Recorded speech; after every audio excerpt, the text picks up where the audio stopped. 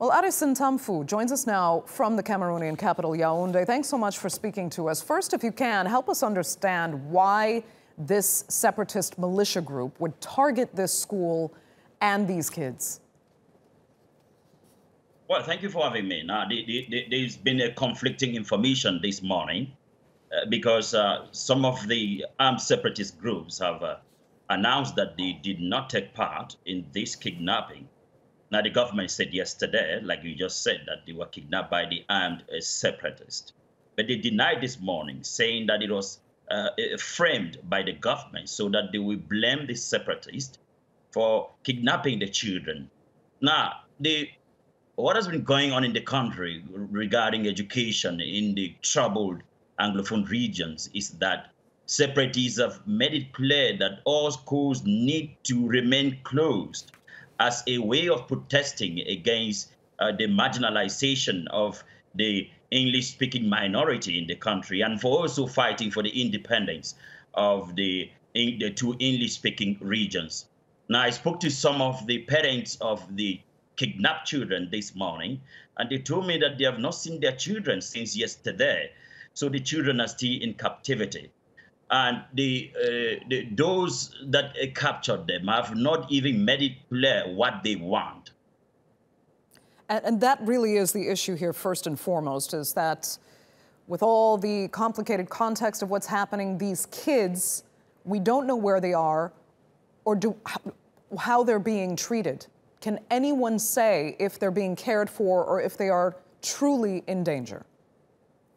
Well, I spoke with the Minister of Communication this morning, and he told me that they think that those who kidnap the children, we ask for ransom, and that the government has launched a thorough search with the civilian and the military to identify where these children are actually. Now, the Northwest is a complicated region where these children were kidnapped.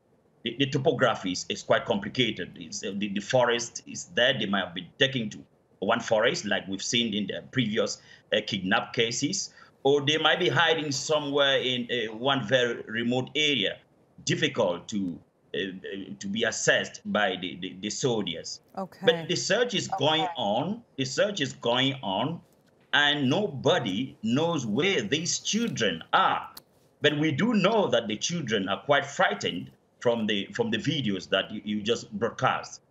Right. Let me ask you this quickly, if you can. Do you think the government of Paul Biya, a man who's been in power now for over 30 years, is the government that can deal with this conflict, or is it too much the source of this conflict? Both ways, but to a greater extent, the source of the conflict.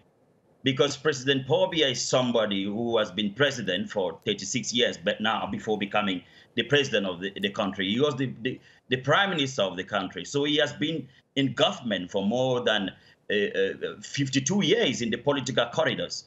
Now, he understands the Anglophone problem very well. If anybody has a solution to this problem, it's Paul Biya himself. But he has demonstrated on several occasions that he does not just want to dialogue with the armed separatists. United Nations has recommended this. The former colonial power, France, has recommended that only an inclusive political dialogue can solve this problem.